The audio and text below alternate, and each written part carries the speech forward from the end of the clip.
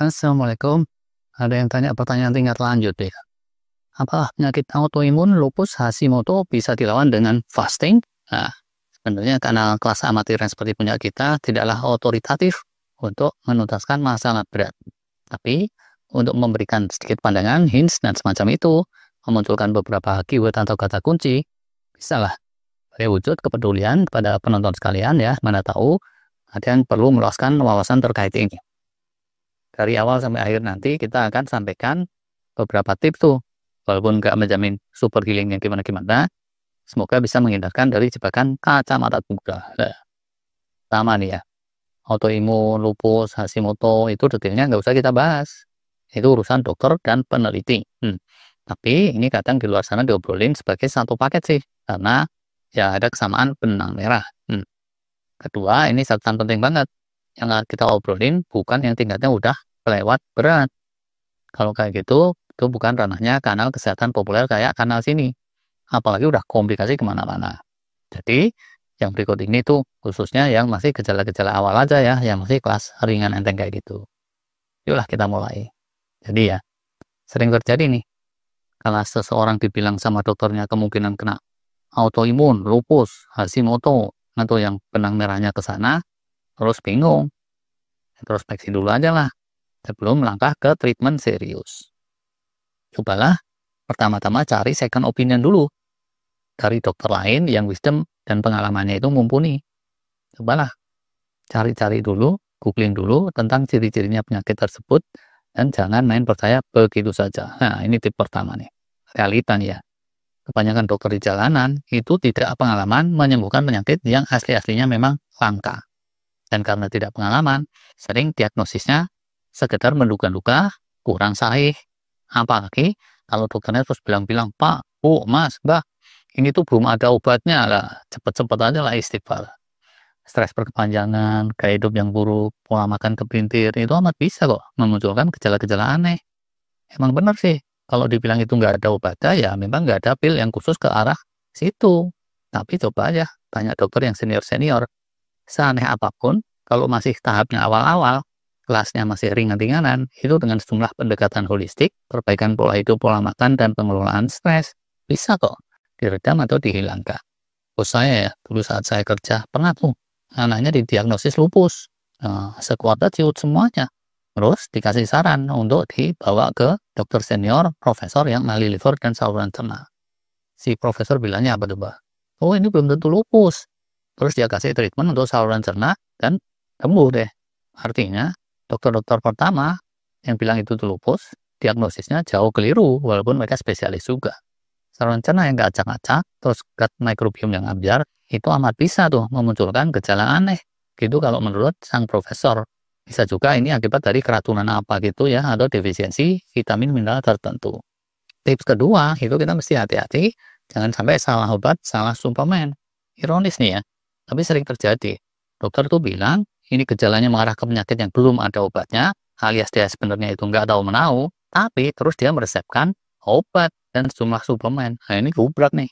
Dengan alasan memperkuat daya tahan tubuh lah, untuk inilah, itulah. Yang kayak gini seringnya mengarah ke jalan buntu. Nah, wong dia sendiri aja nggak tahu, atau ragu-ragu, terus kasih obat. Aneh nggak sih? Orang buta berusaha menuntut orang buta. Tapi ada aja tuh yang seperti itu. Asumsinya biasanya dikasih vitamin mineral atau obat ringan, itu kan nggak akan harmful tuh secara medisnya. Tapi secara psikis bisa memunculkan placebo efek itu, yang konon positif. Oh, ini ada gerges-gergesnya, dikasih analgesik. Mual-mualnya dikasih peredah. Batu-batunya dikasih peredah. Astagfirullah. Asumsi seperti itu tuh ya, seringnya lemah. Sehingga kalau kalian nggak yakin, nggak paham gimana itu spesifiknya dampak positif dari si vitamin suplemen, mending nggak usah sekalian. Karena dalam pandangan kesehatan holistik ya, akan memberi pengaruh jelek pada mitokondria sel dan gut microbiome. Padahal, dua ini penjurunya kesehatan holistik. Nah, intinya di sini jadi ada dua kata kunci nih, mitokondria sel dan gut microbiome. Gimana bikin keduanya optimal? Ini panjang lagi ceritanya, bisa di grouping sendiri. Kata kunci penting lain, inflamasi kronis atau peradangan kronis atau chronic inflammation gitu. Terus, kata kunci terkait lainnya juga, senescent cell atau sel-sel senescent, sel-sel yang kepelintir. Nah, di luar itu ya ada juga sih yang bilang stres kronis, oksidatif stres, radikal bebas, reaktif oksigen spesies, dan seterusnya. Biasanya itu satu paket tuh sama inflamasi kronis dan senescensa.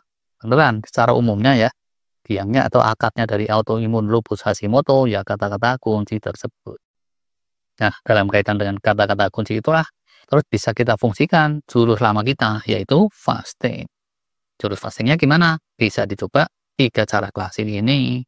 Durasi prakteknya ini juga bukan lama sekali ya, cukup aja 2 minggu dulu. Kalau nggak ada pengaruh sama sekali, move on aja. Kalau ternyata manjur, pertajam aja lah. Pertama, intermittent fasting, ya ini tiap hari. Kemudian yang kedua, extended fasting. Prakteknya nih seminggu 2 kali aja lah, misalnya Senin Kemis gitu ya. Ketiganya, hari-hari pasca fasting ya makanya jangan ngawur. Asupan gula karbo mesti dibatasi. Kayak gitulah pendeknya. Kalau lebih detailnya nih, satu-satu. Intermittent fastingnya ini yang ringan aja. Kosongnya 12 jam lah gitu minimal. Kalau mulai jam 7 malam ya nanti sarapannya jam 7 pagi. Nah, itu bisa juga mulai dari jam 8 ke jam 8.